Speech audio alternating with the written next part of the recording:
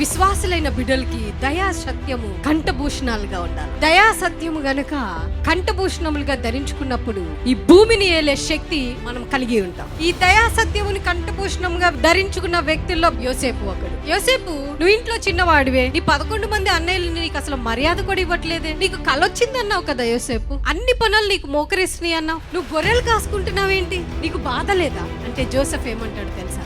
No, I'm blessed with the favour of God. దేవుడు నాకు తోడుగా ఉన్నాడు, దేవుని కృప నాకు తోడుగా ఉంది. నేను ఇప్పుడు అవమానం పడవచ్చు, బాధపడొచ్చు, నిందలు పడవచ్చు, నేను గొర్రెలే కాసుకుంటా ఉండొచ్చు, నేను చదువుకోకుండా ఉండకపోవచ్చు. దేవుని కృప నా పైన ఉంది కాబట్టి దేవుడు తగిన సమయంలో నా జీవితంలో దేవుని డెస్టినీ ఏదైతే ఉందో దాంట్లోకి తీసుకెళ్లి కూర్చోపెట్టగలిగిన శక్తివంతుడైన దేవుడు నాకు తోడుగా ఉన్నాడు. అవునా యోసేపు, నీకు ఆ ధైర్యం ఎక్కడి నుంచి వచ్చింది యోసేపు? ఎందుకంటే నేను దేవుని దయను కృపను కంఠభూషణాలుగా ధరించుకొని ఉన్నాను. ఆయన కృప బహు బలమైనది. ఏ వ్యక్తికి అంతు చిక్కని శక్తివంతమైన ఆయుధం ఏదైనా ఉంది అని అంటే అది దేవుని మహాకృప మాత్రమే.